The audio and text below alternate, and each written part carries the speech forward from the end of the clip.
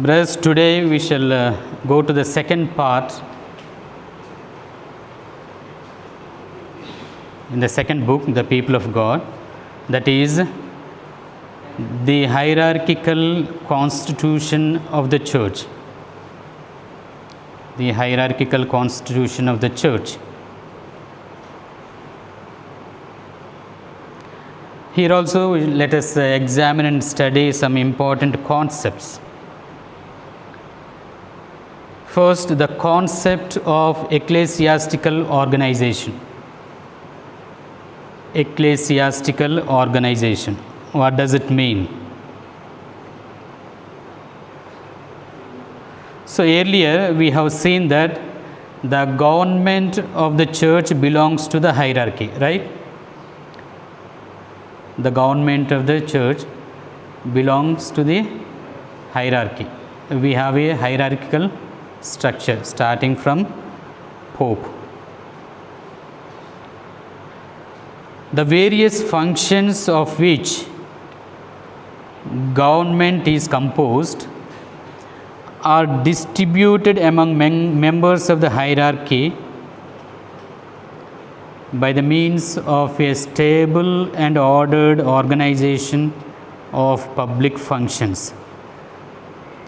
So the functions of the government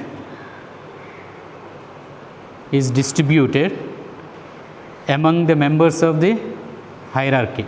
So functions of the church or government is whole, as a whole. The church as an ecclesiastical organization. So the functions of the church are distributed among the members of the hierarchy by means of a stable and ordered organization of public functions.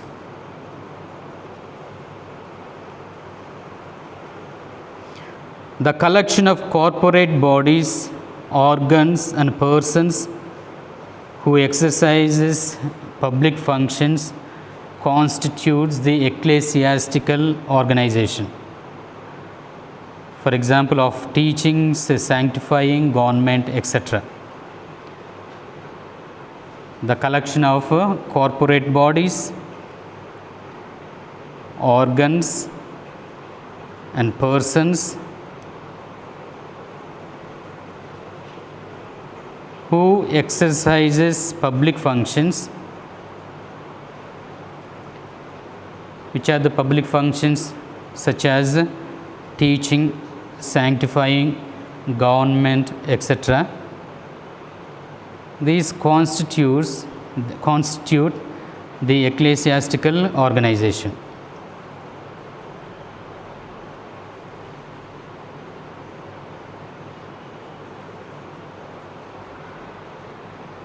This organizational structure has the goal of maintaining the unity and identity of the social body.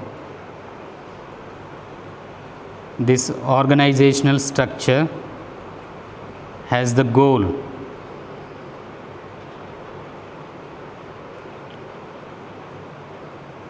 is of what?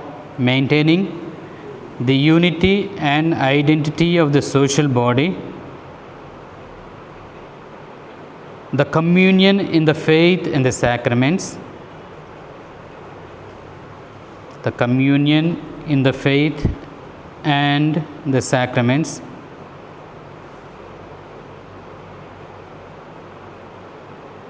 and guiding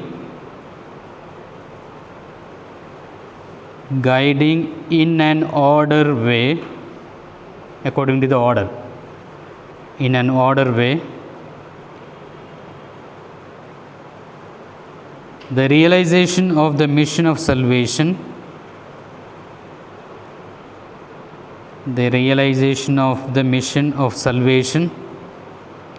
that it has received,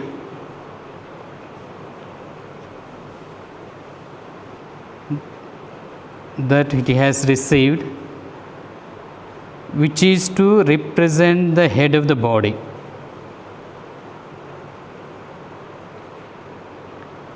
which is to represent the head of the body.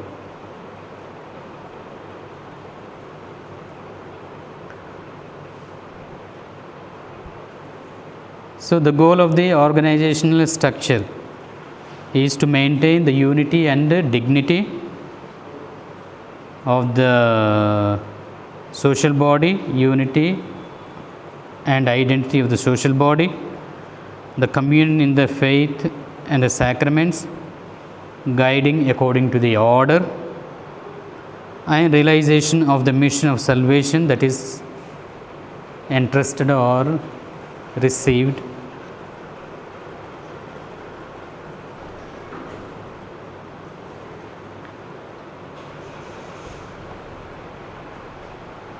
The sacrament of orders determines which persons among the faithful are called to existence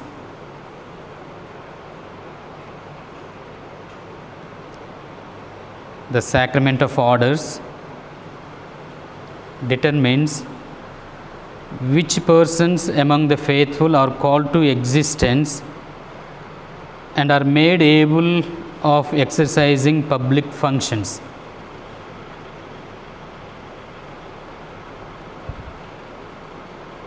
And are made able of exercising public functions.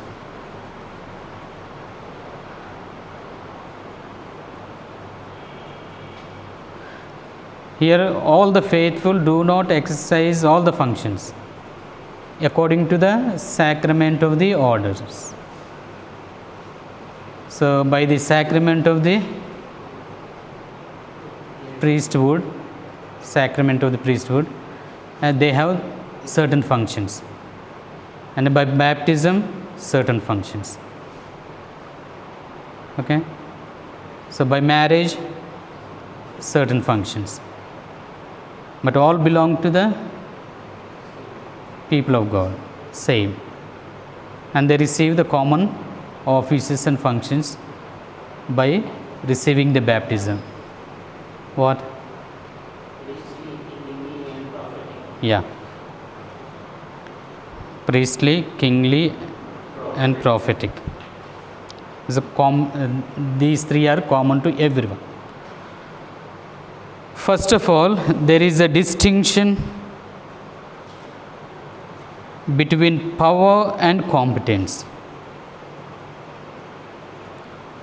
There is a distinction between power and competence. Power and competence are not the same, different. Power is the generic capacity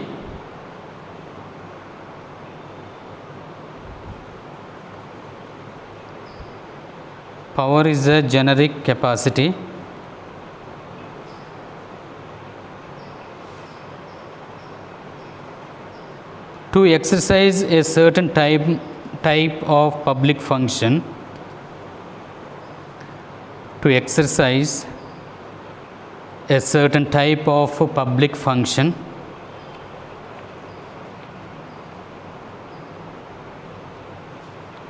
whereas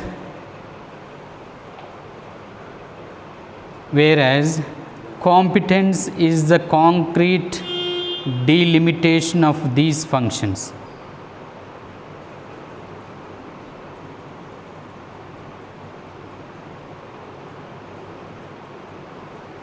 Competence is the concrete delimitation of these functions.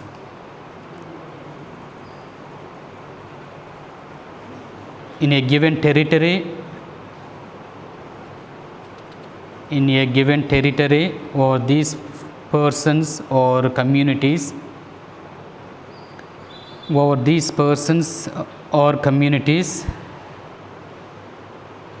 over certain matters, etc.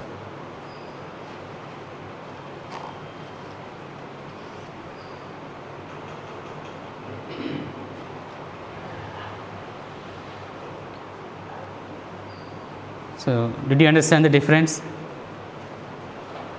I think no.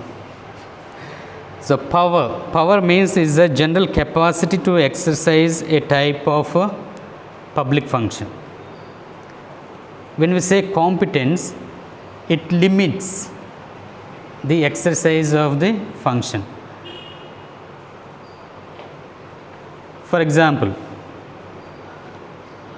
I am appointed as a parish priest.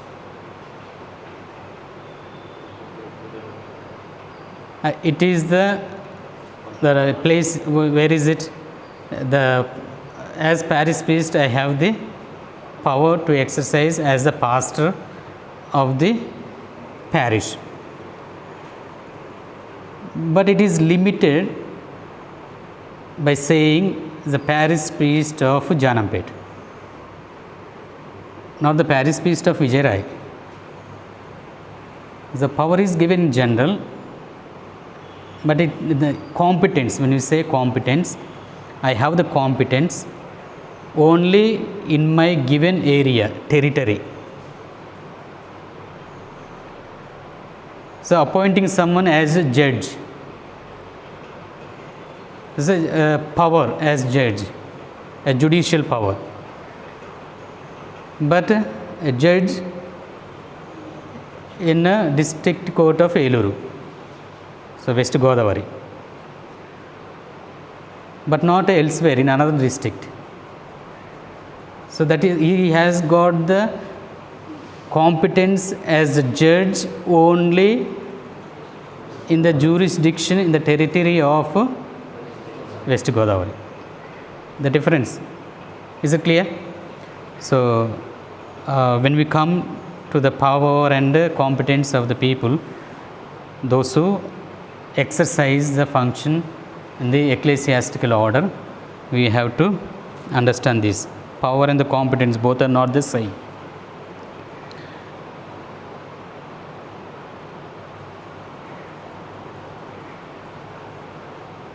Now let us see the ecclesiastical office.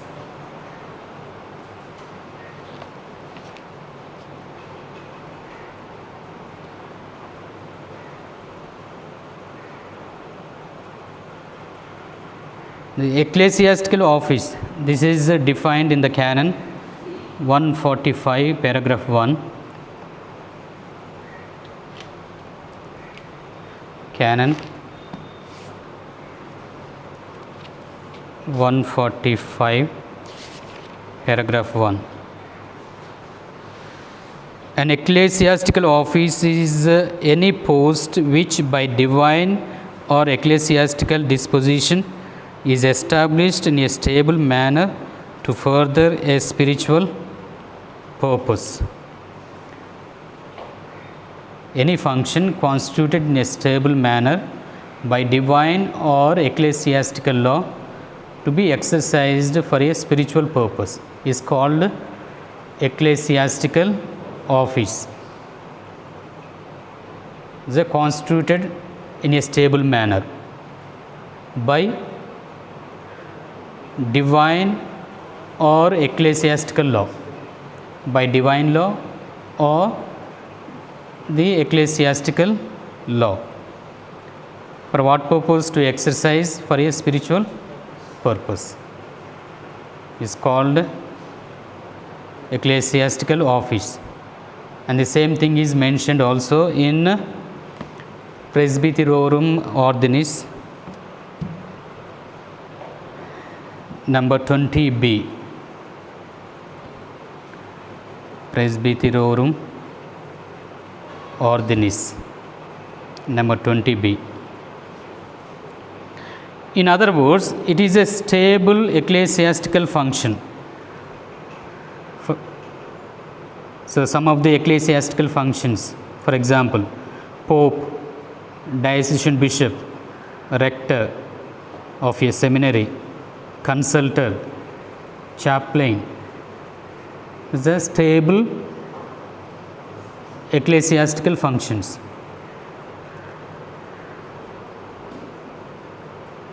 The Pope, diocesan bishop by divine law, right? Who instituted? Christ. So by divine law, Christ himself instituted the church and these offices. So who is the head of the apostles? Peter. And now the Pope. And who is in the place of the apostles? The bishops. So instituted by the Christ. This is a divine law. And rector of a seminary, consultor, chaplain is a ecclesiastical law made by the church. The difference, divine law and ecclesiastical law.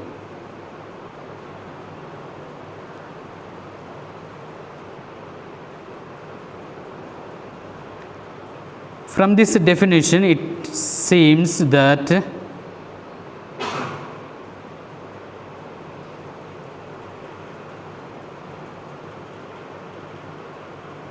or we can conclude that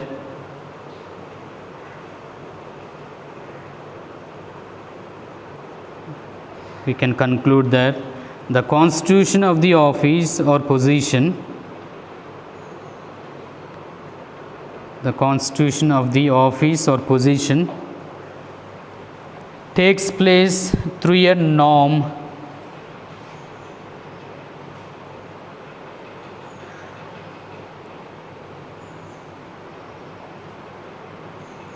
takes place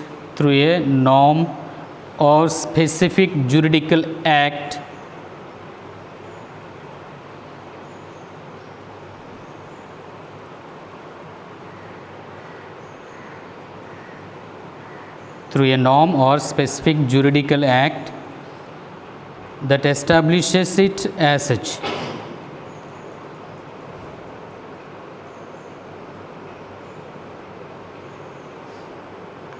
So, constitution of office or position takes place through a norm or by the special juridical act. So, who appoints as the rector of the seminary? If it is of the religious congregation, the provincial, the major superior. How? Simply orally? No, the letter has got juridical, legal value. So, juridical act. So, simply orally we cannot appoint anyone. So, either by a norm or a special or specific juridical act.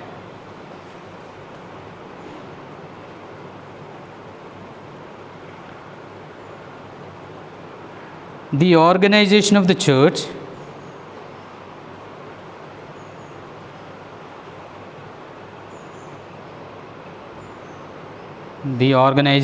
the church can in a certain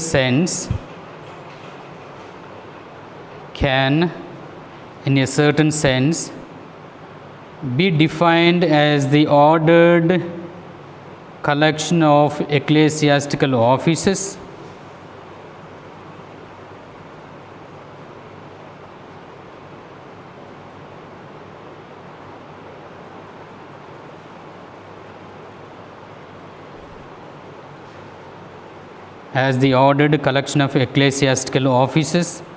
and as the ordered functioning of the same offices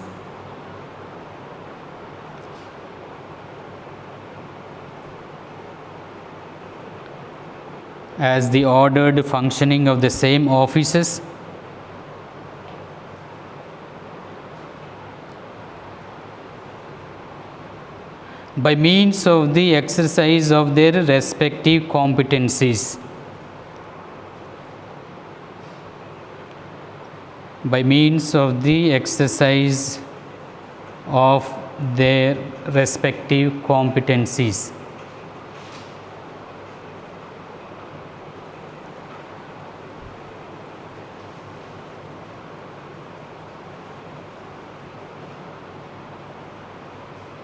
So, ecclesiastical organization, a precise definition,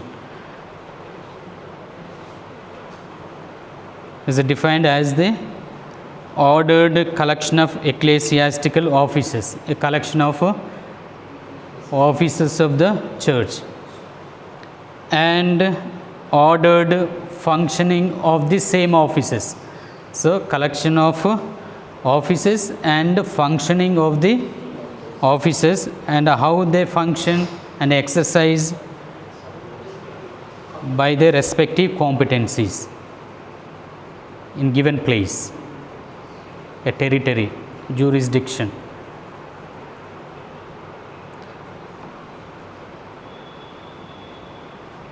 So the local ordinary of Eluru, he has got competency only in the diocese of Eluru, not in another diocese. Or parish priest of Janampet, he has got competency only in Janampet. No interference in other parish or exercising his office in other parish. If he has to celebrate mass, he should get the permission. Administration of the sacraments also with the permission of that parish. If he gives permission only, he can administer or celebrate mass. If he says no, no. So Canon 150 establishes that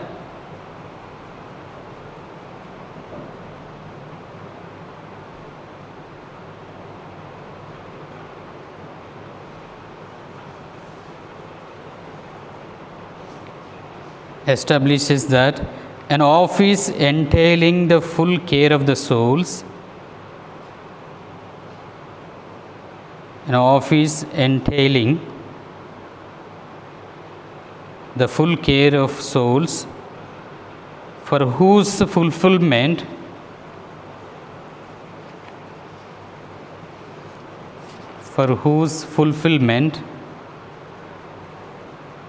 the exercise of the priestly order is required,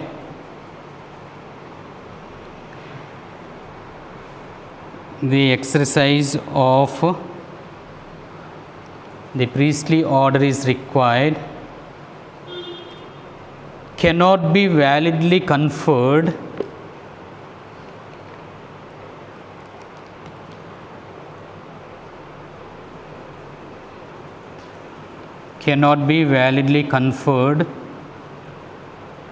upon someone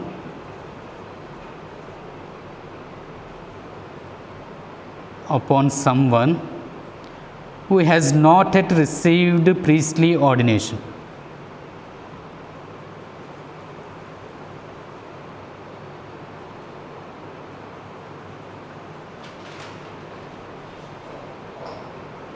Who has not yet received priestly ordination. So Canon 150, an office which carries with it the full care of souls, for which the exercise of the order of priesthood is required, cannot validly be conferred upon a person who is not yet a priest. Is it clear? So to take care of the souls, the full care of the souls, who can take care? Either a bishop or a priest. Okay, a laity cannot take care of the souls of the faithful, or deacon, no. So therefore, the full care of the souls can be taken only by the priest.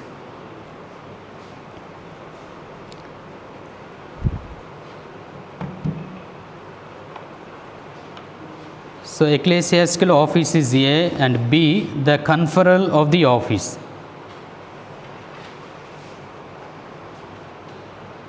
The conferral of the office. How one gets into the office or gets the office.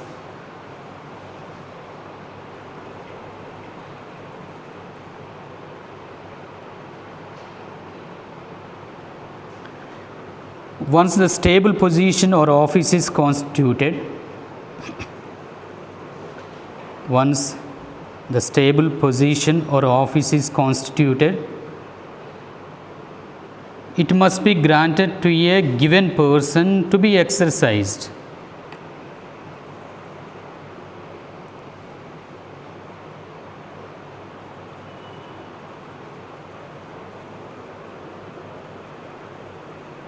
it must be granted to a given person to be exercised.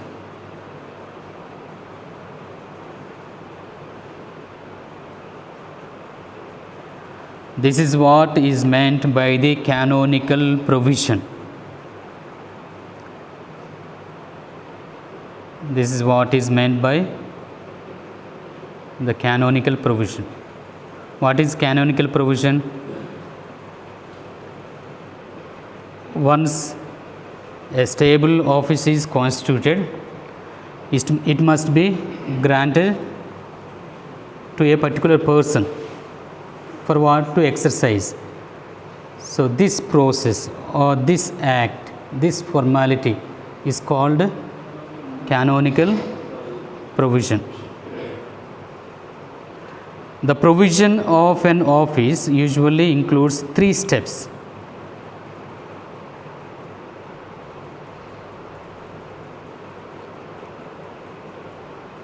It includes 3 steps.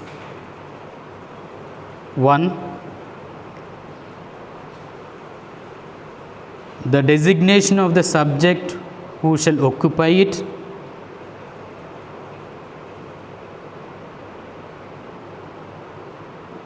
The designation of the subject who shall occupy it.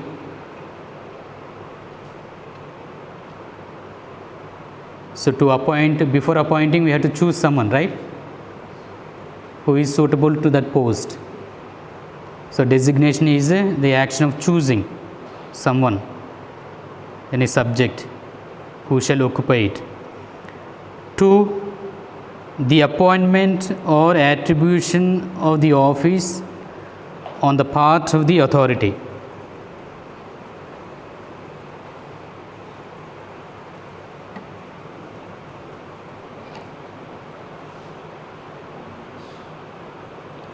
The appointment or attribution of the office on the part of the authority,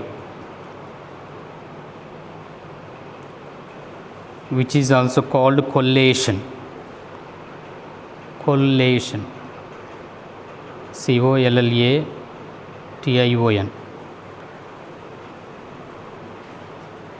Third, the taking possession of the office.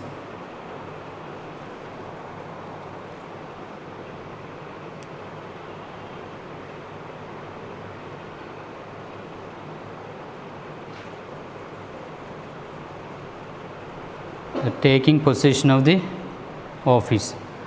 So these are the 3 steps. First we have to choose someone, designate someone. After choosing, we have to appoint him, and after appointing, taking possession of the office. So these are the 3 steps. So the designation takes place according to the various methods and procedures enumerated in Canon 147. The designation takes place according to the various methods and procedures enumerated in Canon 147. So most of the things are of general norms, brothers. So unless you know these, afterwards the things will not be understood properly.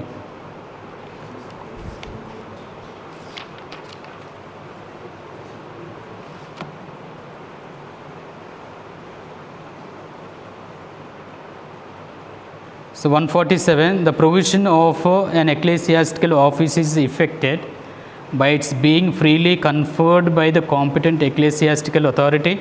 1. By appointment made by the same authority where there has been a prior presentation. 3. By confirmation or admission by the same authority where there has been a prior election or postulation. Finally, by a simple election and acceptance of the election if the election does not require confirmation. Okay, these are the things. How many are there?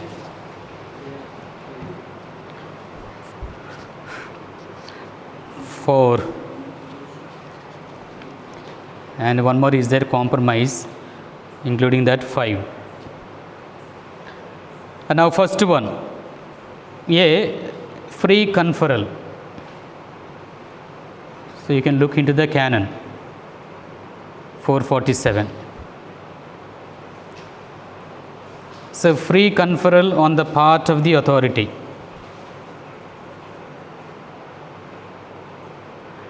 So which means that it is up to the competent authority to freely choose the person who is to carry out the office and to appoint him.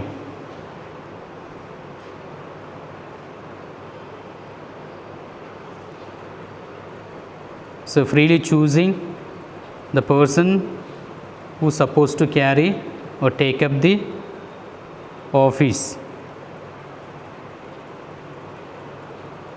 So to appoint a parish priest, the diocesan bishop, he chooses. Okay, he chooses and appoints.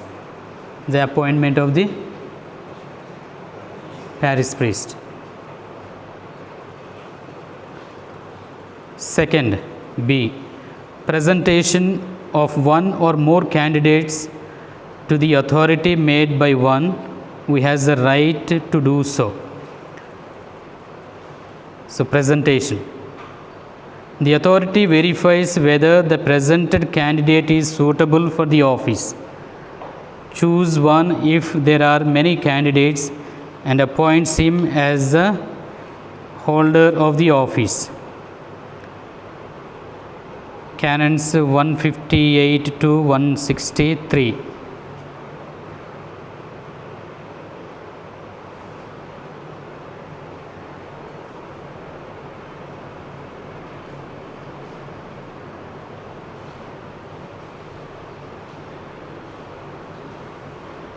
What does it mean by presentation? One or more than one are presented to the authority to appoint, and the authority will choose a suitable one among 2, 3. So for the religious, who appoints parish priest?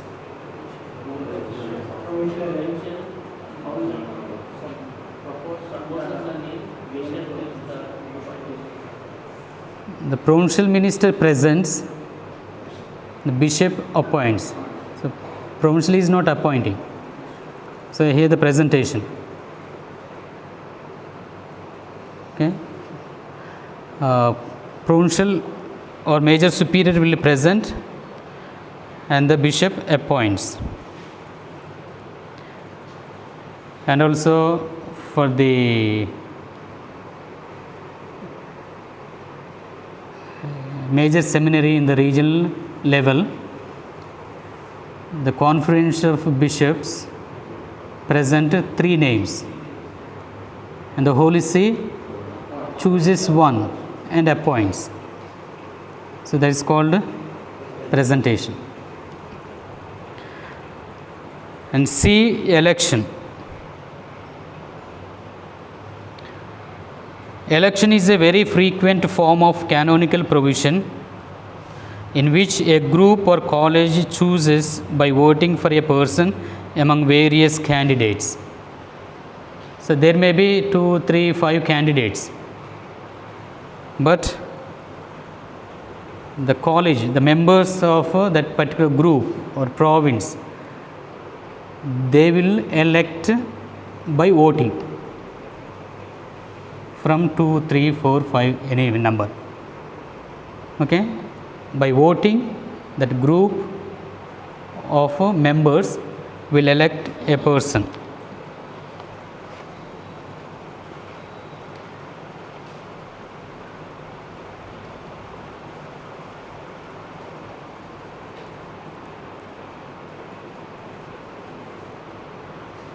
So after the election of the, for example in our case, the members of the province will elect particular person as a provincial minister, and our supreme moderator as a general minister will confirm the election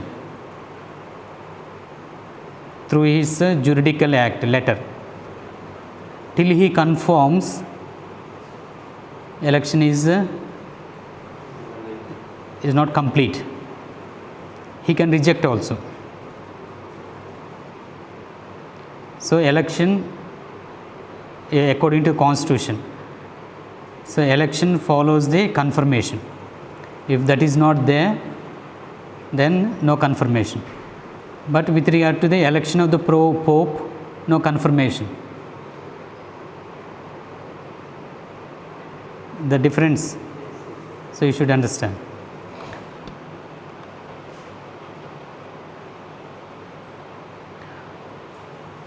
One special type of D, another one, I compromise, I said compromise. What does it mean canonically? One special type of election is the compromise.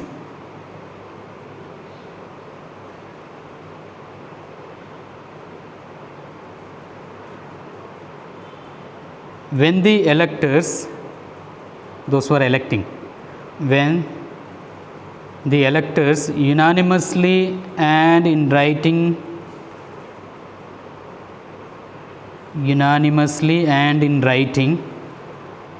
consent to transfer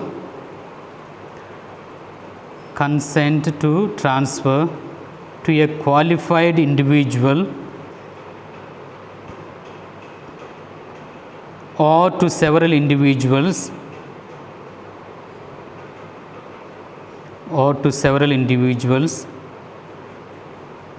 the right to elect for that instance,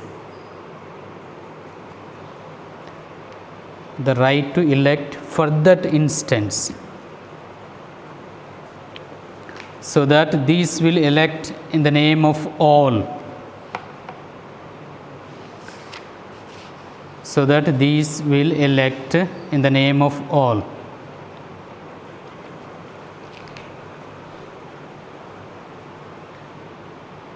Canon 174, paragraph 1.